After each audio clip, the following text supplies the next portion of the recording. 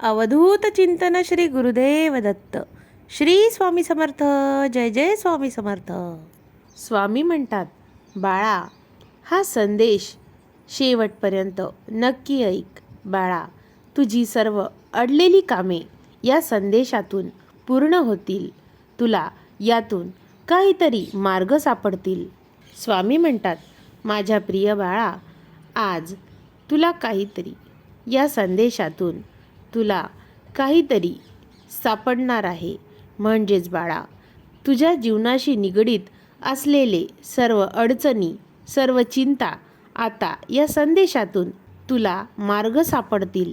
स्वामी म्हणतात, बाळा, आयुष्यामध्ये जीवन जगताना खूप साऱ्या अडचणी येतात, परंतु बाळा, तू काळजी कशाला करतोस? आम्ही आहोत ना, तुझ्या सदैव पाठीशी उभे आहोत. त्यामुळे बाळा, तुझ्या चिंता दूर करायला आम्ही इथे बसलेलो आहे. बाळा, तुझ्या जीवनातील सर्व अडचणी आणि तुझ्या सर्व चिंता आम्ही दूर करणारच आहोत. बाळा, तुला जर एकटं वाटत असेल तर तू आमच्याजवळ येऊन बस आणि तुझ्या सर्व चिंता आम्हाला सांग. आम्ही त्यातून तुला मार्ग नक्की सापडून देऊ. स्वामी म्हणतात, बाळा, तुझा जर परमेश्वरावर आणि आमच्यावर विश्वास असेल तर सर्व काही आमच्यावर सोपवून दे. कारण बाळा, तुझ्या जीवनात आता सुखाचे दिवस येणार आहेत. बाळा, तू जितकी काळजी करतो आहेस त्यातून तुला नक्कीच मार्ग सापडून तुझे जीवन आनंदित आम्ही करणार आहोत. स्वामी म्हणतात, बाळा, मनुष्य हा देवाने दिलेल्या गोष्टीची कधीही कदर करत नाही आणि जे नाही त्यामागे धावत राहतो. त्यामुळे त्याला त्या गोष्टीतून समाधान मिळत नाही आणि मग तो परमेश्वराची प्रार्थना करतो की हे देवा, मला तू दुःख का दिलेस? परंतु बाळा, जर तुला आयुष्यात काही मिळवायचे असेल तर जे मिळाले आहे त्यातच समाधान मान. त्या मिळालेल्या गोष्टीचे कौतुक कर. बघ तुझे जीवन कसे आनंदित होते. स्वामी म्हणतात, बाळा, प्रत्येक सकाळ ही कोणाचे ना कोणाचे नशीब उजळण्यासाठी असते. बाळा, तू फक्त संयम ठेव.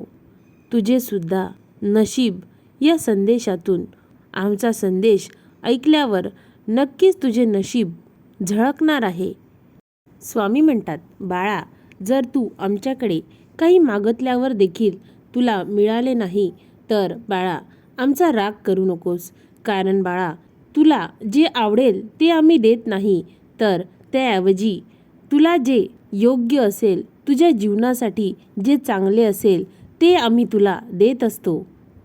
स्वामी म्हणतात, बाळा, जेव्हा सर्व लोक आणि ती परिस्थिती तुझ्या विरोधात असेल, परंतु बाळा, तुला विश्वास आहे की तू योग्य मार्गावर आणि योग्य दिशेवर चालत आहेस, अशा स्थितीत बाळा, दुःखी होऊ नकोस. असे समज की तू किती भाग्यवान आहे की तुला योग्य मार्गासाठी आणि संघर्ष करण्यासाठी स्वामींनी संधी दिली आहे. बाळा, जीवनामध्ये परिश्रम कर. परिश्रम केल्यामुळे तू समाजामध्ये एक विशिष्ट असे स्थान मिळवशील. स्वामी म्हणतात, बाळा, विश्वास ठेव. आमची योजना सर्वोत्तम असते. बाळा, कधीकधी तुझ्यावर कठीण प्रसंग येत असतात, तेव्हा शांतपणे आमचे नामस्मरण कर. आम्ही तुझ्यासाठी काहीतरी करत आहोत आणि ते योग्यच करत आहोत. त्यामुळे बाळा, आता तू संयम ठेव. बाळा, आता जे झाले ते चांगले झाले. जे होत आहे ते चांगलेच होत आहे आणि जे होणार आहे ते देखील चांगलेच होणार आहे, असा तू मनात विश्वास ठेव आणि सर्व काही आमच्यावर सोडून दे.